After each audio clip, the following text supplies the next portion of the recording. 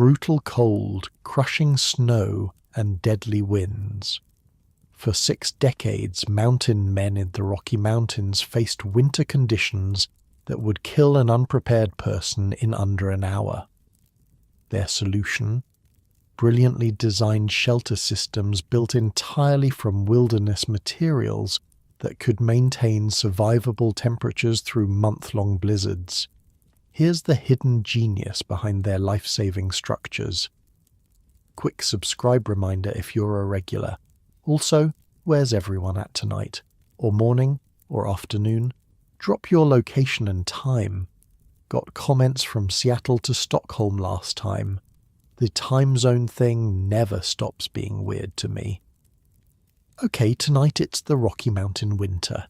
But wait, are you comfortable? Like actually comfortable? Pillows good? Blanket situation handled? Perfect.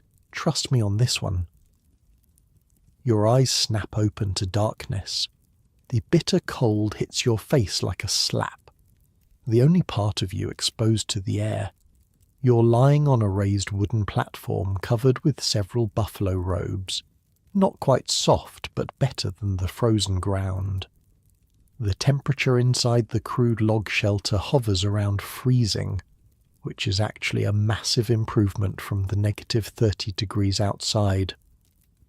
The sound that woke you is unmistakable, the howling winds of a blizzard that just rolled in. That special kind of howl that means you'd be dead in under an hour if you were caught outside.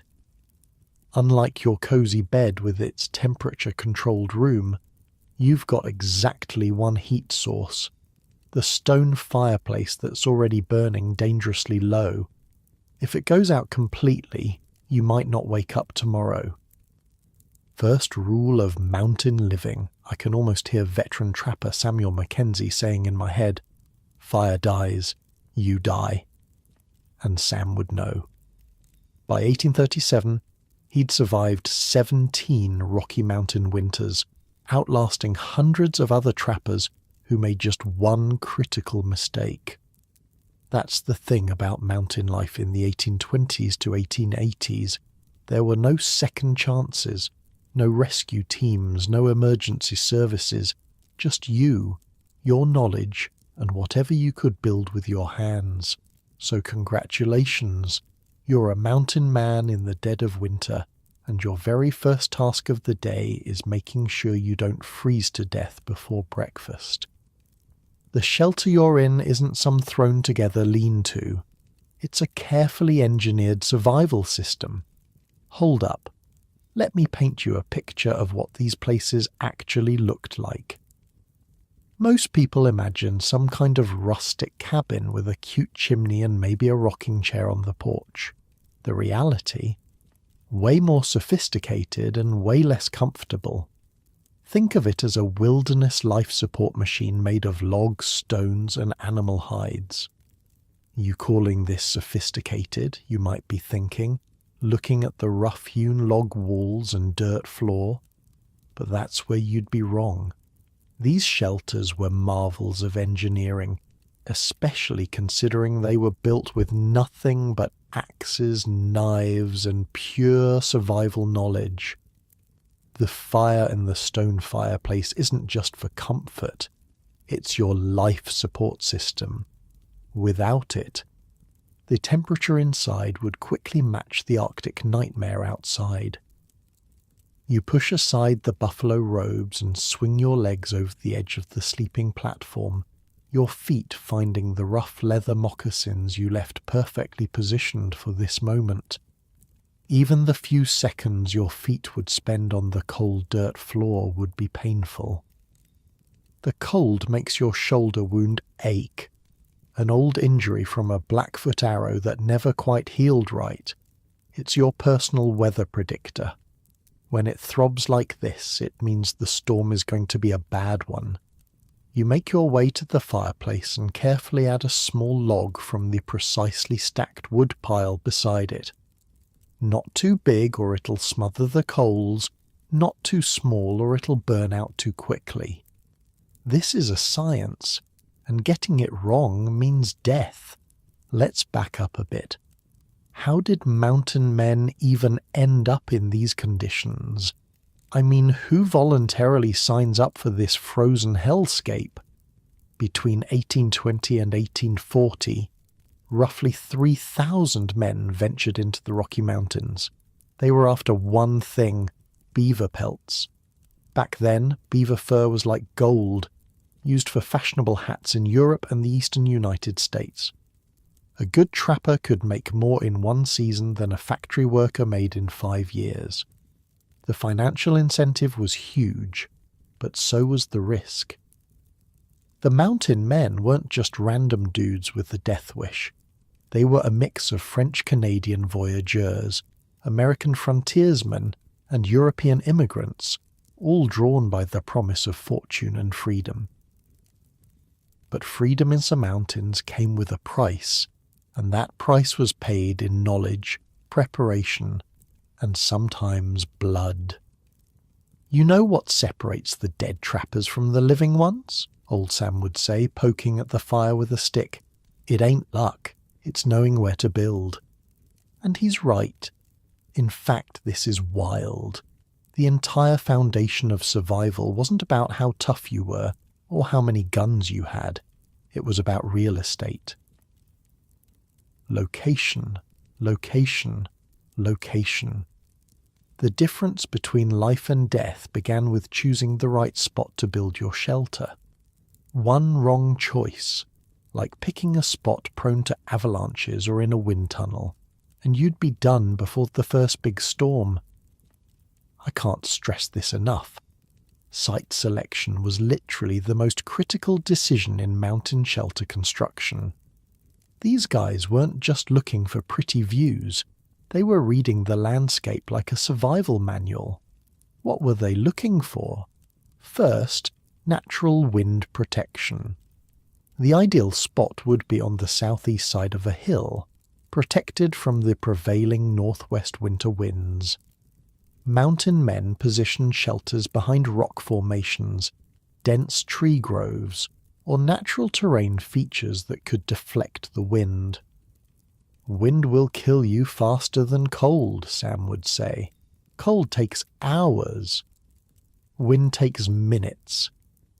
Wind protection wasn't just about comfort. It could reduce heating requirements by up to 60% while preventing structural damage. That's the difference between having enough firewood for the winter and freezing to death in January when your supplies run out. A cracking sound from outside makes you freeze. Something or someone is moving around near your shelter. Your Kentucky long rifle is propped in the corner, but you don't reach for it yet. Better to listen first.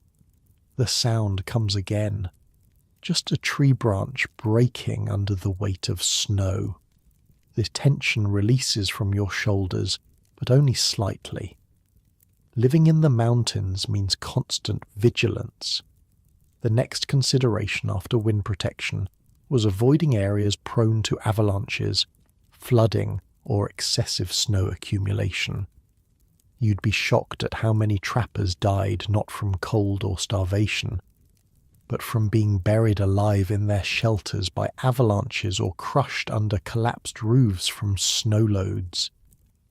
Terrain analysis required understanding how topography affected wind patterns, snow accumulation, and drainage. Mountain men studied slope angles that could trigger avalanches and identified wind channels that created dangerous downdrafts. They recognized terrain features that provided natural protection from prevailing storm patterns. They avoided valley bottoms where cold air settled and ridge tops where wind exposure was extreme. The ideal site offered southern exposure for maximum solar heating, protection from prevailing winds, and access to water sources that wouldn't freeze completely during winter months. I once asked an old-timer who'd grown up hearing these stories firsthand from the last generation of mountain men how they figured all this out. Trial and error, he said with a grim smile. Emphasis on the error. The mountains are littered with the bones of men who got it wrong. And that's the thing. There was no wilderness survival guidebook. This knowledge was earned through generations of mistakes, near misses, and watching what happened to the less fortunate. The successful mountain men were those who learned from others' fatal errors. You add another small log to the fire, watching as the flames catch and grow.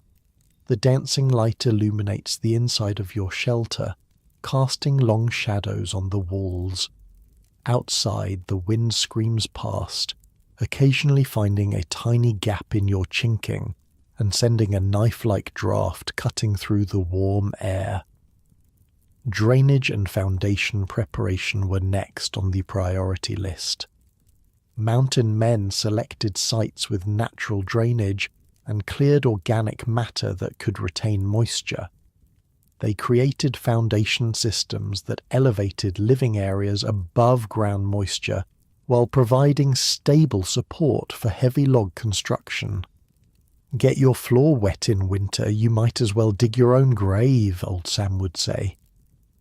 Proper drainage prevented ice formation that could destabilize foundations and eliminated moisture problems that could create unhealthy living conditions. A wet floor meant wet clothing, wet bedding, and eventually hypothermia. The fire is catching nicely now, and you can feel the heat beginning to push back against the cold. Your fingers, stiff and painful moments ago, start to regain sensation. You flex them carefully, knowing that too much heat too quickly can be almost as painful as the cold. The next critical element was snow load calculations. Yeah, actual engineering calculations, but done through empirical knowledge gained through years of observing how different construction techniques performed under extreme conditions. Mountain men understood that roofs needed to support snow loads of up to 100 pounds per square foot, while maintaining structural integrity during wind events that could create uneven loading patterns.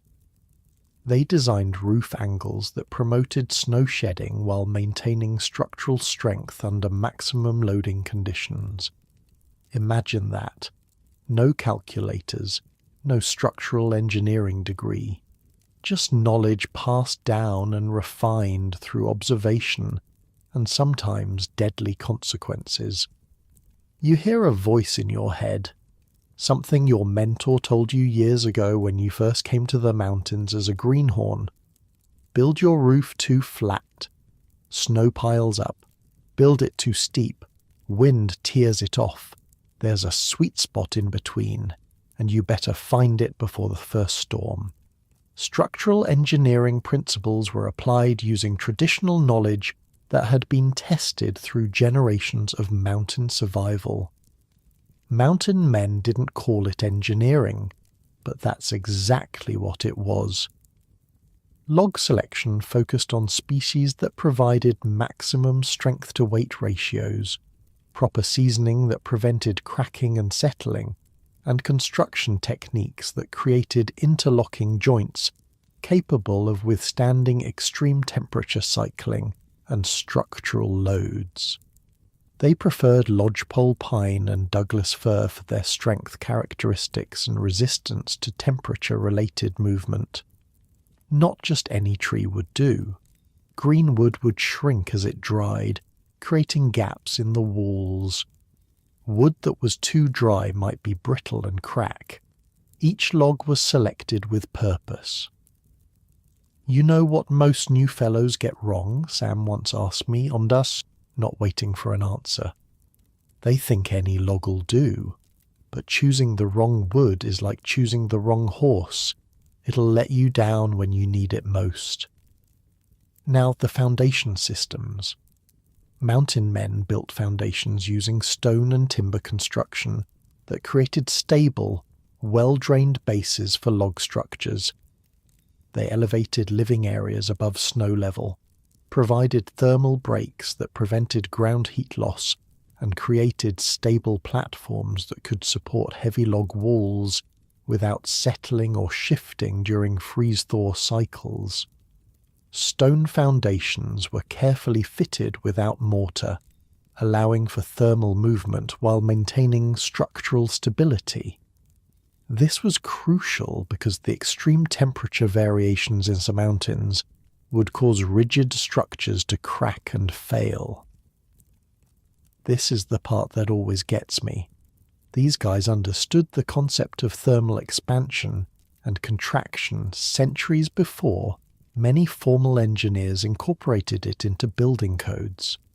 They knew that a structure that couldn't flex with temperature changes would eventually tear itself apart.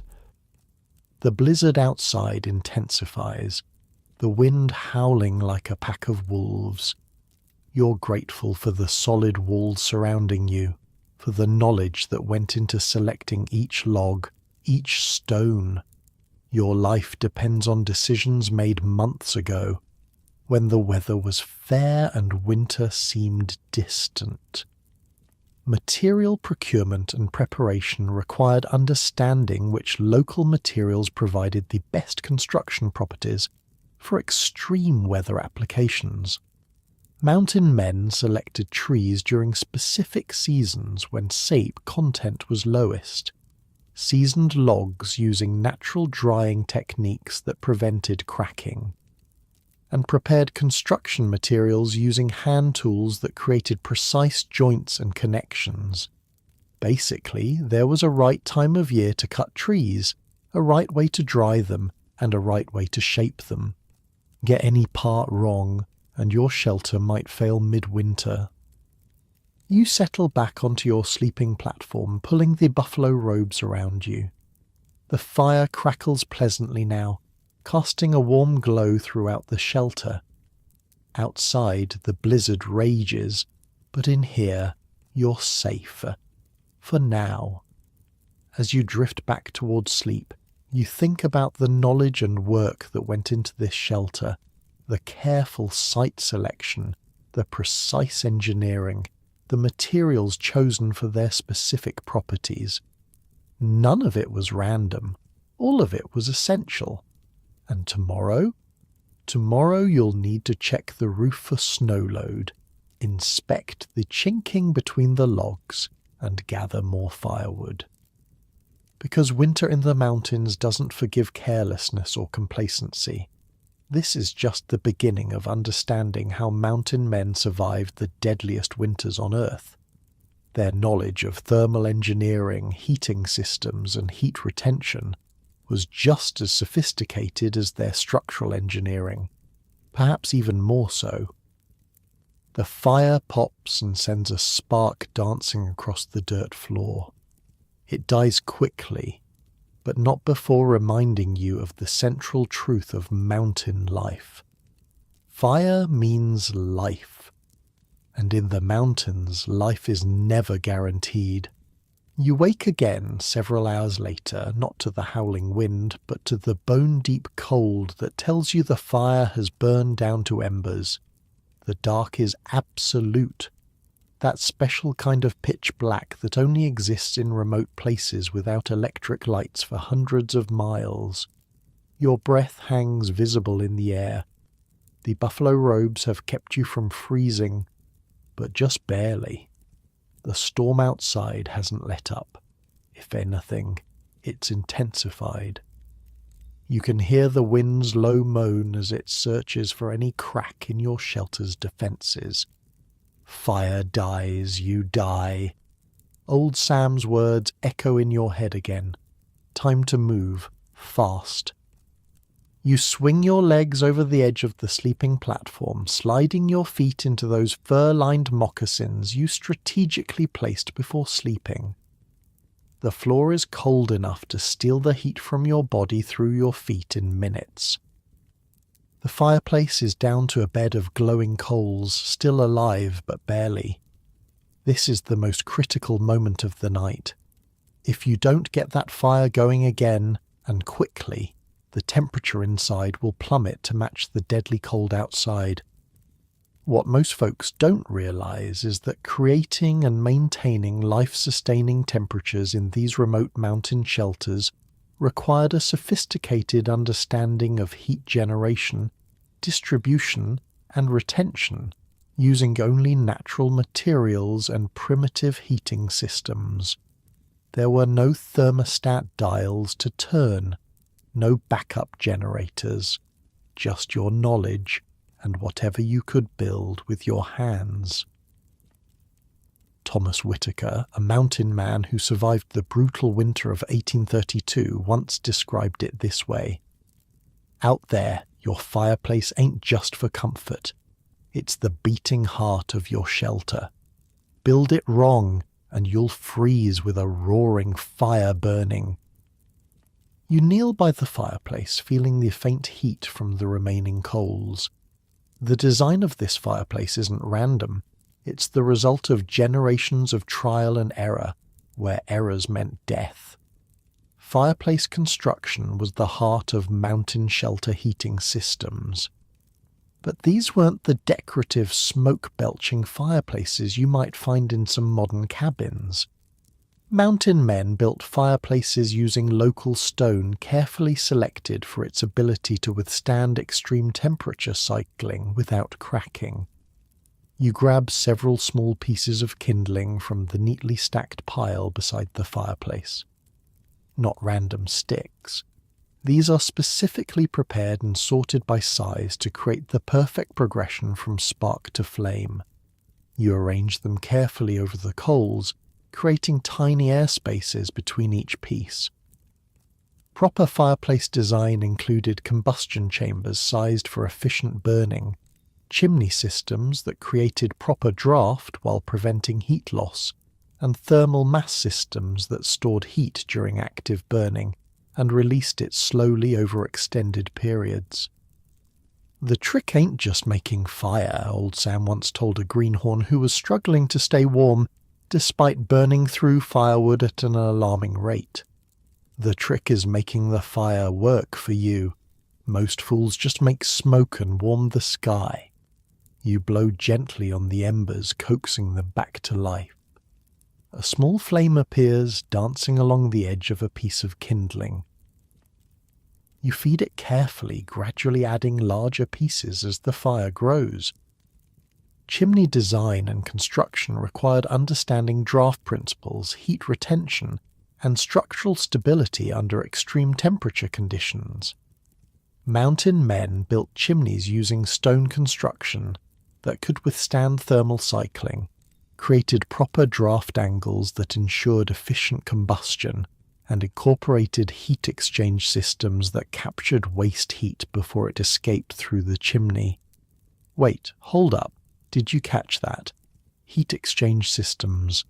Yeah, these primitive mountain men were building heat exchangers into their chimneys. By running the smoke through chambers of stone or clay before it exited, they extracted maximum heat from every bit of precious firewood.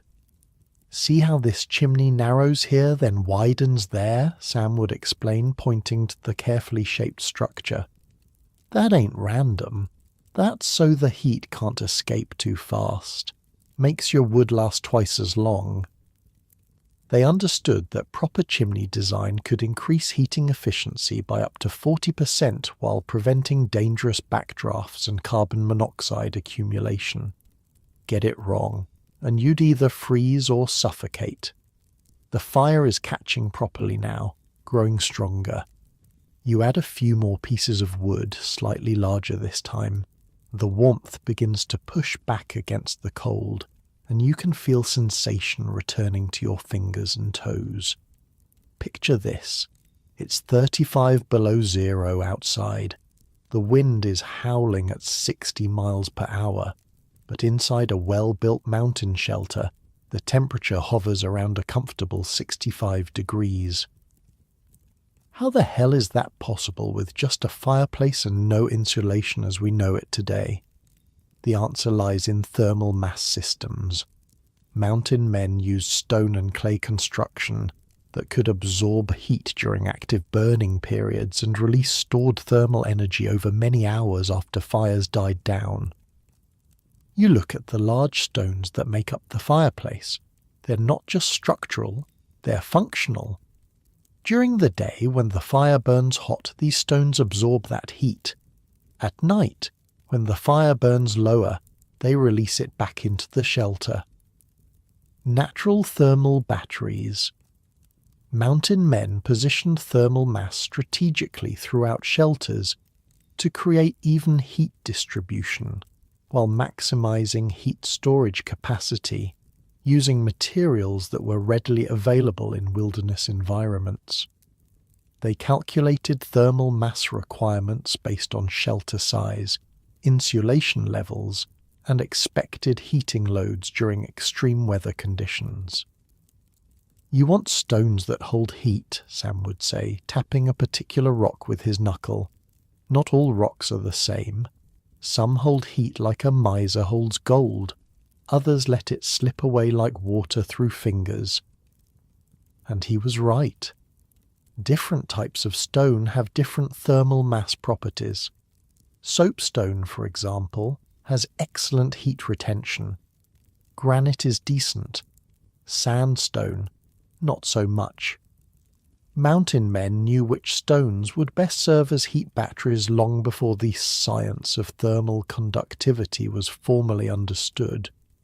The fire is roaring now, filling the shelter with blessed warmth and golden light.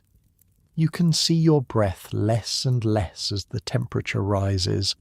The chill retreats from your bones. What about heat distribution? It's not enough to have a hot fire in one corner if the rest of your shelter remains freezing. Heat distribution systems use natural convection and radiant heating principles to move warm air throughout shelter spaces. Mountain men designed interior layouts that promoted air circulation while preventing heat loss through poorly sealed openings. Strategic placement of thermal mass and heating elements created convection currents that distributed heat evenly throughout living spaces. You notice how the sleeping platform is positioned, elevated above the floor but not too close to the ceiling. This is intentional. Since warm air rises, the highest point in the shelter would be the warmest. Too high, and you'd sweat while sleeping. Too low, and you'd freeze. The platform is placed at exactly the right height to maintain comfortable sleeping temperature.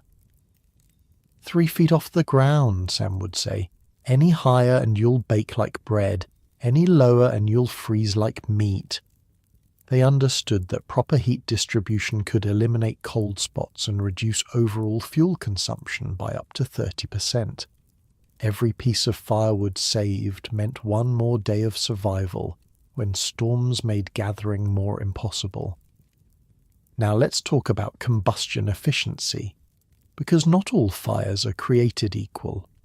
Mountain men maximized it through proper fuel selection, fire management techniques, and combustion chamber design that extracted maximum heat from available fuel while minimizing smoke production and heat loss.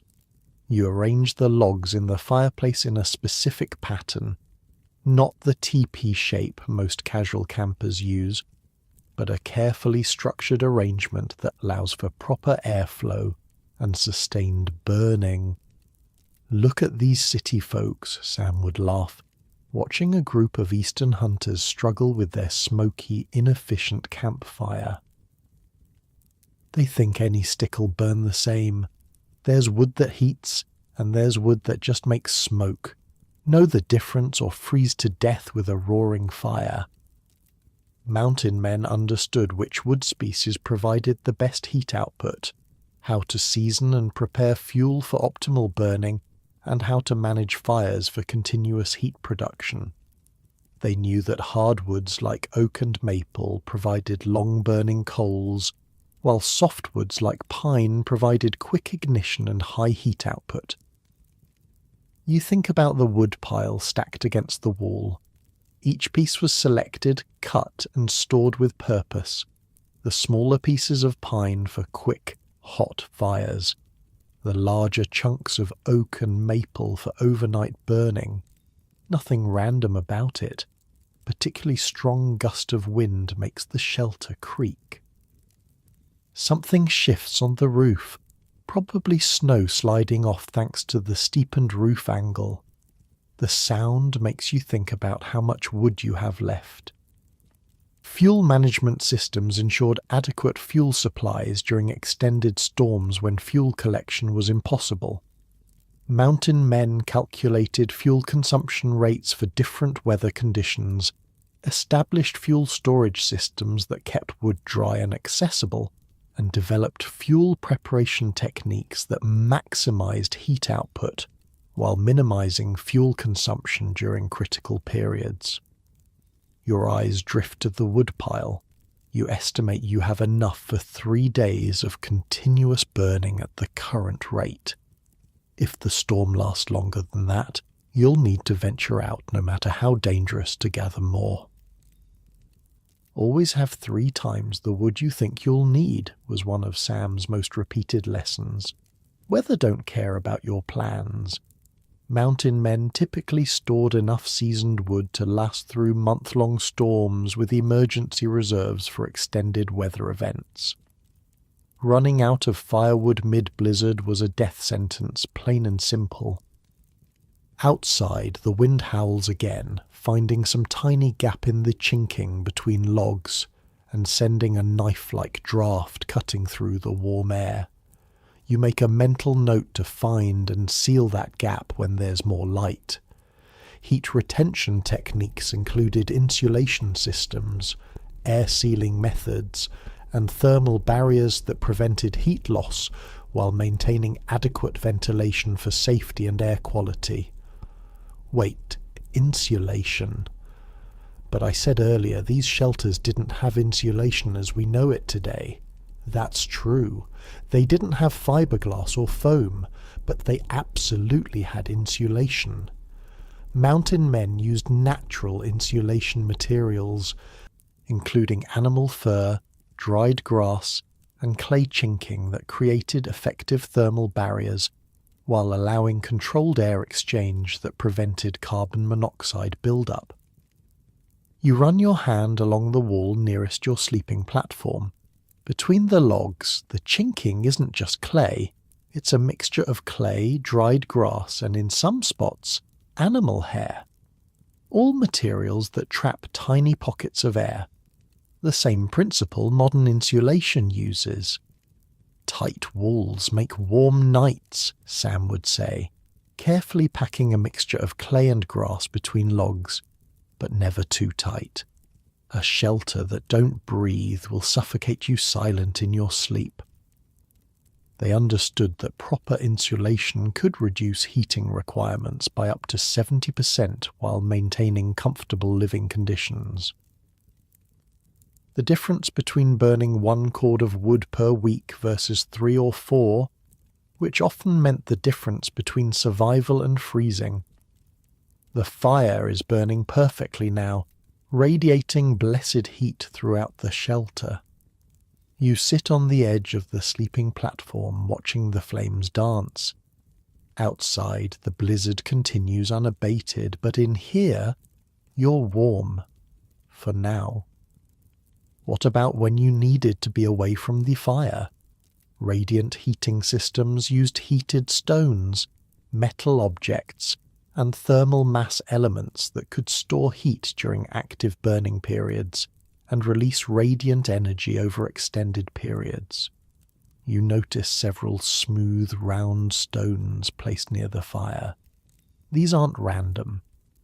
Later, you'll heat these stones in the fire, wrap them in scraps of hide, and place them in your bedding before sleeping.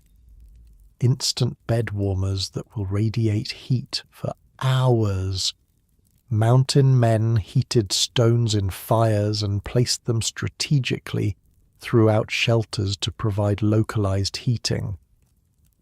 They used metal objects as heat sinks that stored and released thermal energy, and designed sleeping areas that maximized radiant heat exposure while maintaining safety margins. A memory flashes through your mind. Sam teaching you how to survive if your fire went out completely. Heat rocks, he said, placing several fist-sized stones at the edge of the fire. If your fire dies and you can't get it going again, put these hot rocks in a circle around you. They'll keep you alive till morning.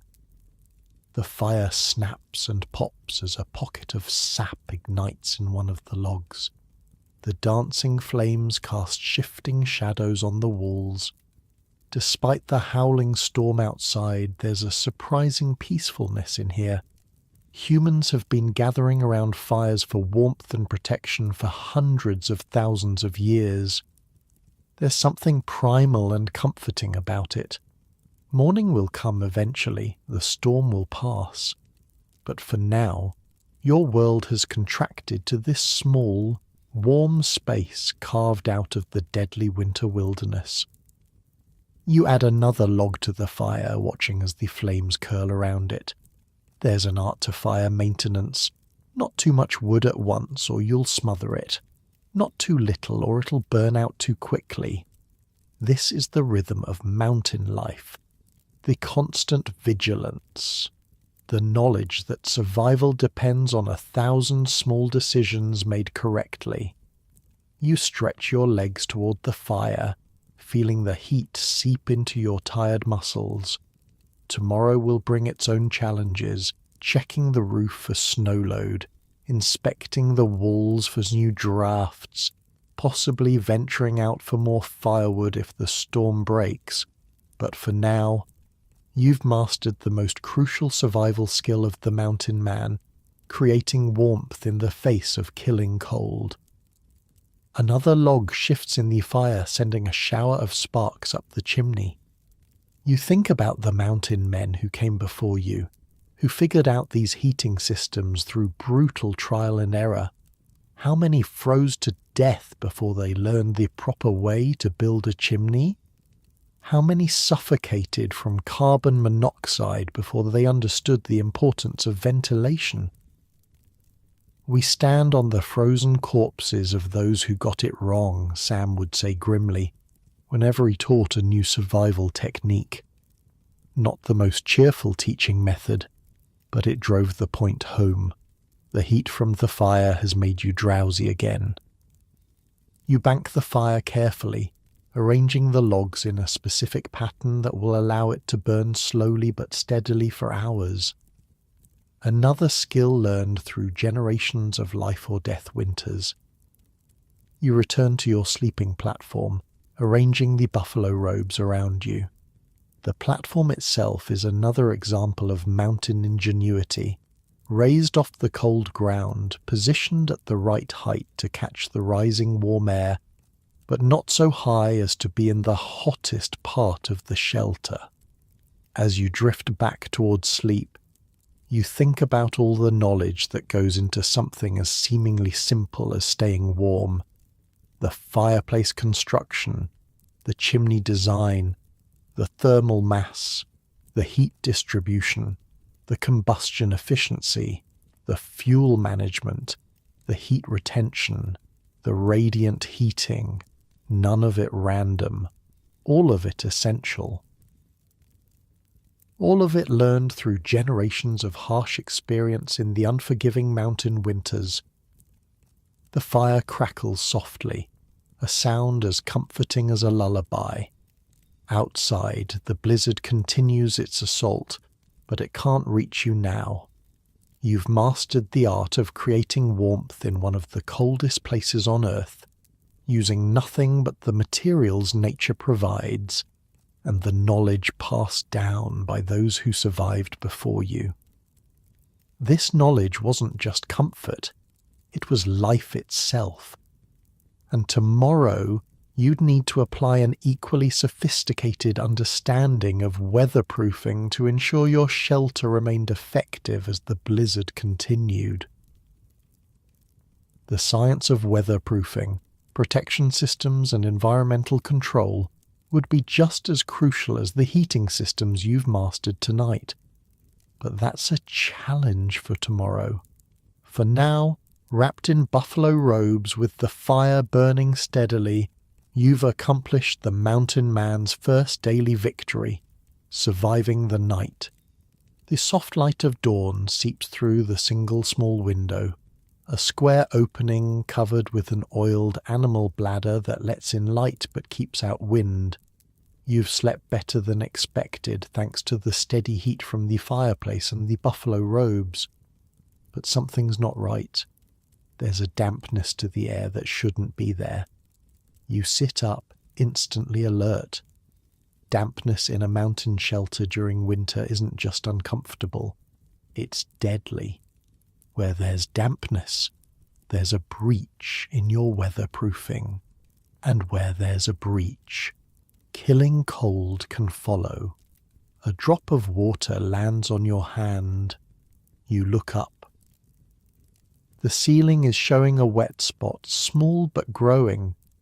The snow on the roof is melting from the heat of your fire, finding some tiny gap in your roof and seeping through. If left unchecked, it'll soak your bedding, your clothes, and eventually you. In sub-zero temperatures, wet means dead. The Henderson family learned this the hard way. During their first Rocky Mountain winter of 1842, ice formed inside their poorly sealed cabin near what's now Colorado Springs. Despite maintaining a constant fire, they nearly died from hypothermia. The father, Jonathan Henderson, described it in his journal. We burned every stick of wood we had, and still the cold penetrated like a knife. The moisture from our breath froze on the inside walls. We huddled together, shivering, watching ice form on our blankets. 3 years later, that same family's shelter remained completely dry and comfortable, even during the worst blizzards. What changed? They mastered the science of weatherproofing. You swing your legs over the edge of the sleeping platform and grab a buckskin shirt, pulling it over your head. The fire needs tending first, survival priority 1. But that leak will need fixing before it gets worse. Creating weatherproof barriers that could exclude wind, moisture, and cold while maintaining structural integrity required sophisticated understanding of materials science and environmental protection systems. This wasn't just about comfort, it was about survival. You stoke the fire, adding more wood. The flames rise, pushing back the morning chill. Now for that leak. You grab a small wooden ladder leaning against one wall and position it under the damp spot. Climbing up, you can see where the problem is. A small section of the roof covering has worked loose, allowing melting snow to seep through. Wall construction and chinking systems created weatherproof barriers that excluded wind and moisture while maintaining structural strength. Mountain men used log construction techniques that created tight-fitting joints, chinking materials that sealed gaps without compromising structural flexibility, and weatherproofing treatments that protected wood from moisture damage while maintaining breathability that prevented condensation problems. You know what kills most greenhorns their first winter? Sam asked you once. Not cold, not Indians, not even wolves. It's the gaps between their logs. Tiny little spaces they never noticed in summer that turn into deadly wind tunnels come January. You reach up and touch the wet spot. The water is cold against your fingers. Outside, the blizzard has calmed somewhat, but snow is still falling heavily. The temperature might be around 10 below zero, warm by Rocky Mountain winter standards. Looking at the roof construction from inside, you can appreciate the care that went into it. Split logs overlapping like shingles, with moss and clay packed between them for insulation and waterproofing. Normally it would shed water and snow perfectly, but something's shifted. Log preparation and fitting techniques created tight joints that minimized air infiltration and heat loss. Mountain men selected logs with consistent diameters, shaped joining surfaces using hand tools that created precise fits. and used traditional joinery methods that created interlocking connections capable of withstanding structural movement during temperature cycling. You remember helping build this shelter last summer, the care taken in selecting each log, stripping the bark, shaping the joints. Nothing was random. See how these logs fit together? Sam demonstrated, showing you how to notch the ends. That ain't just for looks. Each log sits tight against the one below it. Less gaps means less chinking. Less chinking means fewer leaks. He was right. Proper log fitting could reduce air infiltration by up to 80% while maintaining structural integrity under extreme loading conditions. Every percent mattered when the temperature dropped to 40 below. You climb down the ladder and move it to one side. You'll need to go outside to fix the roof properly, but first you need the right materials. From a corner of the shelter, you gather some pre-made chinking, a mixture of clay, grass and animal hair that's been soaking in a wooden bucket to keep it pliable. Chinking materials and application methods sealed gaps between logs using natural materials that provided weatherproofing while allowing controlled thermal movement. Mountain men used clay-based chinking compounds mixed with organic fibers that created flexible seals, applied chinking in multiple layers that provided redundant weatherproofing, and maintained chinking systems through regular inspection and repair that ensured continued effectiveness. Good chinking's like good stitching, Sam told you once watching you repair a seam in your buckskin shirt. Too loose, stuff gets through. Too tight, it tears when stretched. Gotta be just right. They knew that proper chinking was essential for maintaining interior temperatures and preventing moisture infiltration. A well-chinked wall could mean the difference between a comfortable winter and a fatal one. You pull on your heaviest coat, wrap a woolen scarf around your face, and put on thick mittens. Going outside in a blizzard, even briefly, requires proper protection. You grab a wooden shovel and a small bag of repair materials. Taking a deep breath, you open the door, a thick wooden slab hung on leather hinges. Instantly, a blast of cold air rushes in, along with a swirl of snow. You step outside quickly, pulling the door shut behind you. The cold is shocking, a physical force that seems to knock the breath from your lungs. Even through your layers, you can feel it searching for any gap, any weakness. This is the cold that kills, that freezes flesh solid in minutes. Snow has drifted nearly to the roof on the windward side of your shelter, creating a natural insulation barrier. On the leeward side, where you need to work, the snow is only about 3 feet deep. You wade through it, circling to the back of the shelter.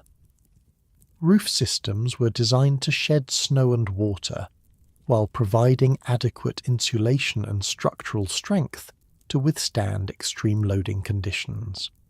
Mountain men built roofs using steep angles that promoted snow shedding, waterproof barriers that prevented moisture infiltration, and insulation systems that prevented heat loss while avoiding ice dam formation that could cause structural damage. Looking up, you can see the problem. A small section of the roof covering has been lifted by the wind, creating a gap where melting snow can seep through. It's not a major breach yet, but left unattended, it could grow worse. You use the shovel to clear snow from the base of the shelter, creating a stable platform for your ladder. Then you climb up, your fingers already stiffening in the bitter cold despite the mittens. Roof construction techniques used overlapping materials that created multiple waterproof barriers while maintaining structural strength under snow loading. Mountain men used split shingles, bark sheets, and hide coverings that created layered waterproofing systems, incorporated proper drainage that prevented water accumulation, and designed roof structures that could support maximum expected snow loads while maintaining weatherproof integrity.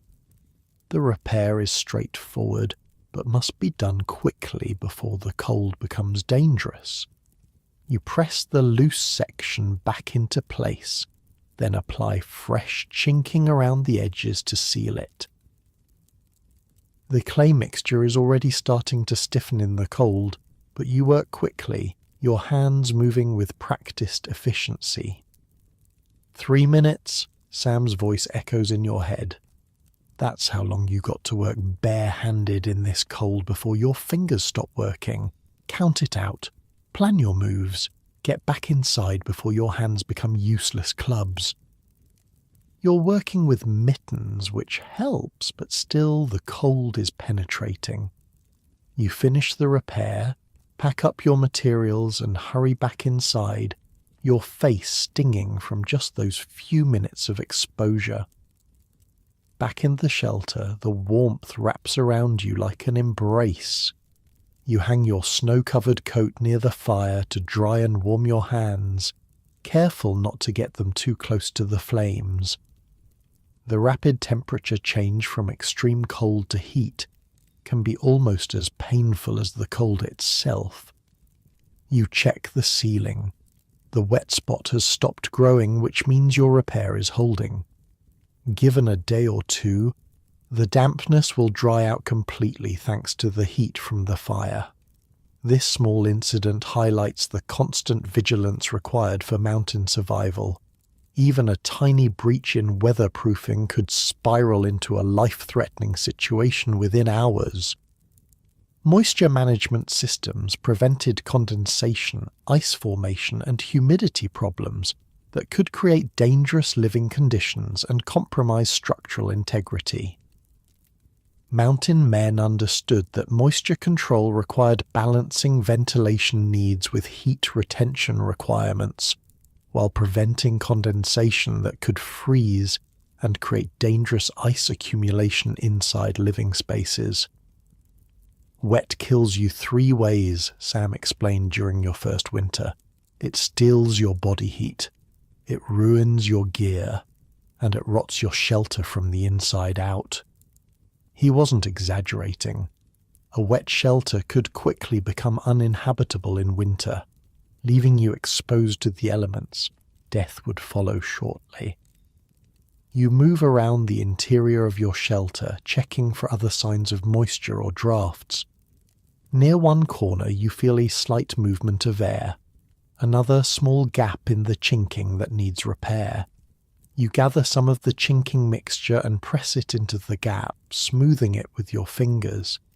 Ventilation systems provided fresh air and prevented carbon monoxide poisoning, while minimizing heat loss during extreme cold conditions. Mountain men designed ventilation systems that created controlled air exchange, prevented dangerous gas accumulation, and maintained air quality without compromising heating efficiency or creating uncomfortable drafts that increased heat loss.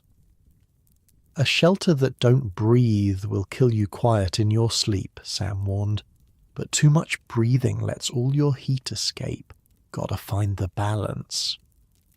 Mountain men used adjustable ventilation openings that could be modified based on weather conditions and heating requirements.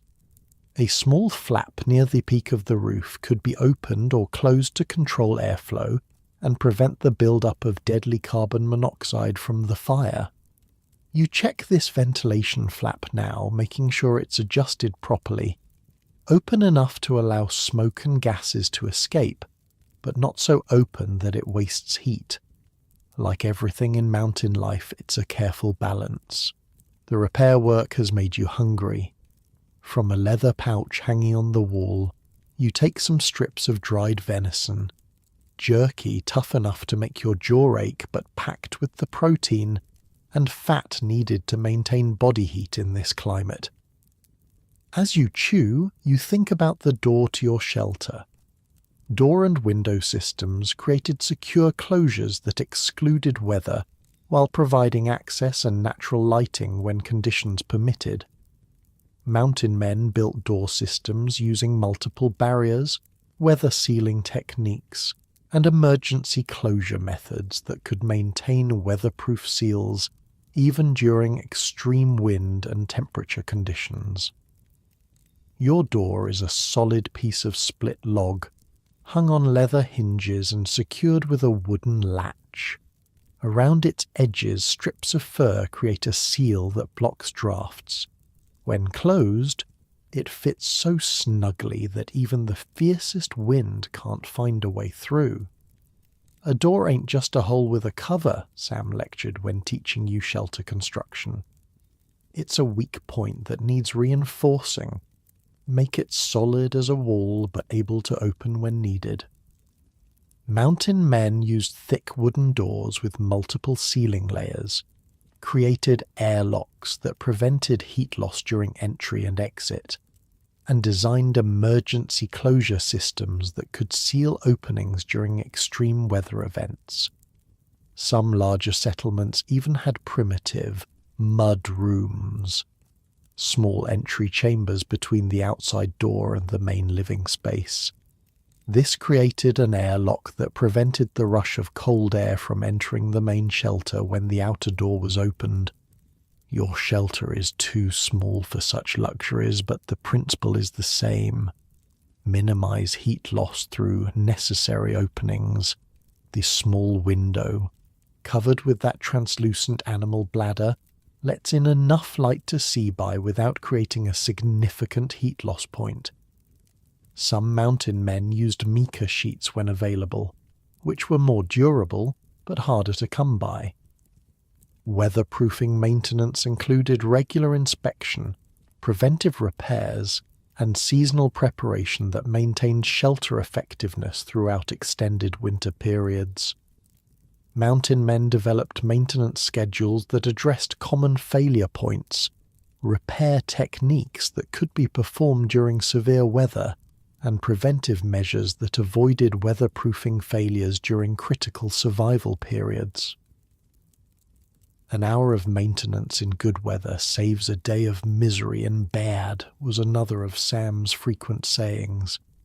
The old mountain man had a quote for everything, it seemed, but each one encapsulated vital survival wisdom. You finish your jerky and take a drink of cold water from a wooden cup. The morning routine of inspection and repair complete, you can now focus on other tasks. The blizzard is still blowing outside, which means gathering more firewood isn't an option yet. Instead, you'll use the time to maintain your gear, another critical survival task. From under your sleeping platform, you pull out a pair of snowshoes that need repairs. The babiche, the rawhide webbing, has stretched in places and needs tightening. Without properly functioning snowshoes, travelling through deep snow would be nearly impossible, limiting your ability to hunt, trap, or gather firewood once the storm passes. As you work on the snowshoes, the shelter grows warmer with the strengthening fire. You remove your heavy wool shirt, working in just your buckskin undershirt. Despite the raging storm and sub-zero temperatures outside, the interior of your shelter is now a comfortable 65 degrees, a testament to the effectiveness of the heating and weatherproofing systems working in concert. This comfort isn't luxury, it's survival. The ability to dry clothing, maintain dexterity in your hands, and allow minor injuries to heal all depended on creating and maintaining a habitable microclimate within your shelter. The snowshoe repairs are meticulous work, requiring focused attention and nimble fingers. You heat a bone awl in the fire, using it to punch holes in the rawhide for new lacing. The smell of heating bone mixes with the wood smoke, creating that distinctive odour of a mountain man's winter shelter. Outside, the wind's howl has diminished somewhat. The storm might be starting to break. Through the small window you can see that the snowfall has lightened, though it's still coming down steadily. You finish the snowshoe repairs and set them aside to let the rawhide dry properly. Next, you check your hunting rifle, cleaning it meticulously. In the damp air of the shelter, metal rusts quickly. A malfunctioning rifle could mean starvation once your food stores run out. As you work, you think about the weatherproofing systems that are keeping you alive, the careful log construction, the meticulously maintained chinking, the strategically designed roof with its precise angle for snow shedding, the solid door with its multiple ceiling layers, the small covered window that admits light without wasting heat, the adjustable ventilation system that prevents carbon monoxide buildup while minimizing heat loss. None of it random, all of it essential, all of it the product of generations of hard-won knowledge passed down from one mountain man to another, often at the cost of many lives. The day passes in a rhythm of maintenance tasks and fireplace tending. By late afternoon, the storm has weakened considerably. Through the window, you can see patches of clear sky appearing between the clouds. The worst has passed, at least for now. Tomorrow will bring new challenges, digging out from the fresh snow, assessing any damage to the exterior of your shelter, gathering more firewood before the next storm hits. But for today, your weatherproofing has held. Your shelter has protected you from conditions that would kill an unprotected human in minutes. As evening approaches, you add more wood to the fire, preparing for the coming night. The temperature will drop further after dark, testing your shelter's defenses once again. But you're confident in the systems you've built and maintained. You settle back onto your sleeping platform, watching the firelight dance on the log walls. Outside, the wind has died down to an occasional moan. The snowfall has stopped. The worst of the blizzard has passed. But winter in the Rocky Mountains is long and unforgiving. This storm was just one of many that will test your shelter and your survival skills before spring arrives. The emergency protocols, crisis management, and survival procedures that mountain men developed will be your guide through the challenging months ahead. You close your eyes, listening to the crackle of the fire. Tomorrow will bring its own challenges. But for now, your weatherproofing has held, your heating system is functioning, and you've survived another day in one of the harshest environments on Earth. The maintenance of your shelter's weatherproofing wasn't just a one-time task, but an ongoing process that required constant vigilance and immediate attention to even the smallest issues. In the mountains, a small problem ignored could quickly become a fatal one. You wake to the sound of silence. After days of howling wind, the quiet is almost unsettling. Pale blue light filters through the small window. Dawn in the mountains after a blizzard. The air in your shelter is cold, but not deadly so.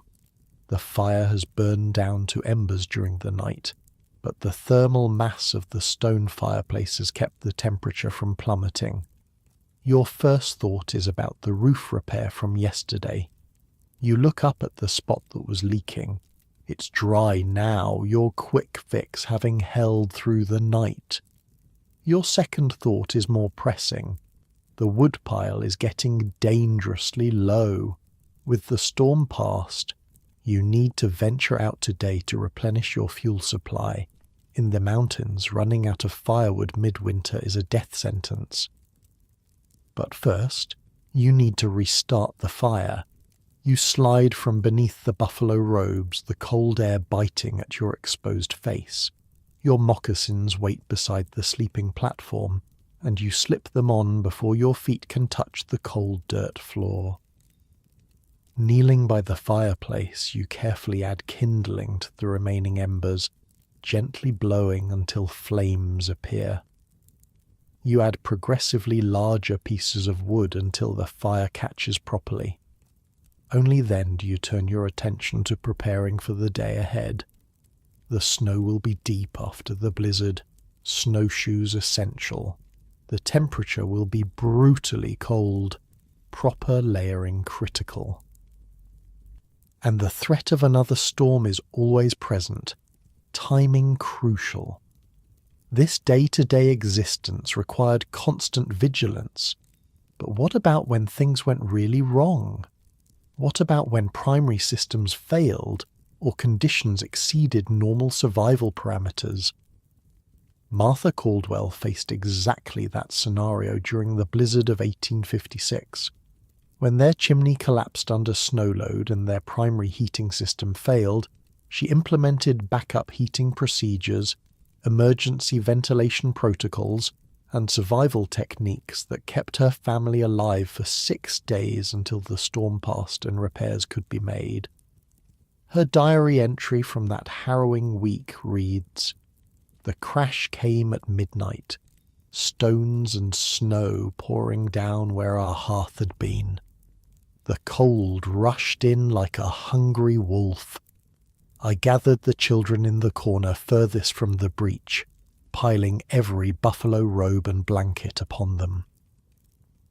Then I remembered Jacob's lessons about the emergency heating. Jacob was her husband, who had learned emergency protocols from veteran mountain men. Those protocols saved his family's life while he was away hunting. You pull on layers of clothing, buckskin leggings, a heavy wool shirt, a fur-lined coat. You wrap a wool scarf around your face, leaving only your eyes exposed. Thick mittens protect your hands. Properly dressed, you can survive even 40 below temperatures for the time it takes to gather wood. Before heading out, you check your emergency supplies, items set aside specifically for when things go catastrophically wrong. Emergency heating systems provided backup warmth when primary heating systems failed due to fuel shortages, equipment failure, or structural damage that eliminated normal heating capabilities. Mountain men developed emergency heating techniques using body heat conservation, emergency fuel sources, and alternative heating methods that could maintain life-sustaining temperatures during heating system failures. A small metal container holds your fire-starting kit: flint, steel, charcloth and tinder, all kept dry and ready for immediate use. A separate cache contains emergency rations: pemmican, jerky and dried berries that require no cooking. These could keep you alive for days if your main food supply was compromised. Sam once told you about surviving when his cabin roof collapsed under a record snowfall. "Thought I was done for," he said, his eyes distant with the memory. Fireplace buried under snow and timber, temperature dropping fast enough to watch your breath freeze. That's when I remembered what old Bill Williams taught me about body heat shelters. Body heat conservation techniques used clothing systems, bedding arrangements, and shelter modifications that maximized human heat retention during heating system failures. Mountain men used layered clothing systems that trapped warm air while allowing moisture transfer.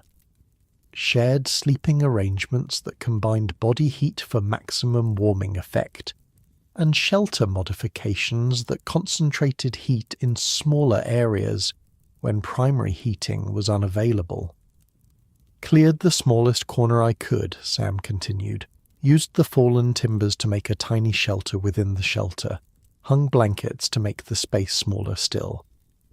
Pulled on every stitch of clothing I owned.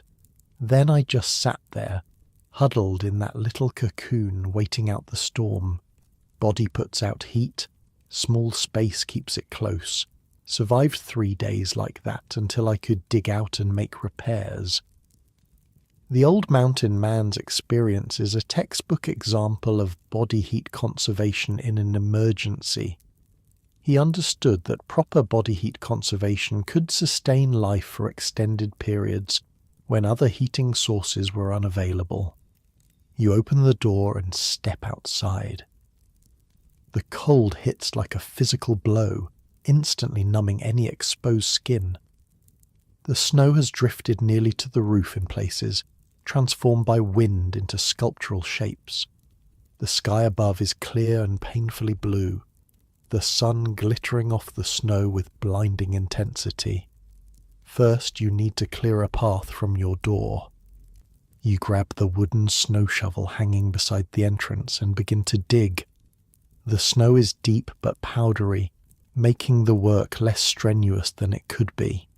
Still, in this cold, any exertion makes you sweat. A dangerous situation.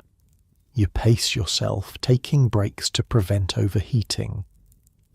With a path cleared, you strap on your freshly repaired snowshoes and head toward a stand of trees about 100 yards from your shelter.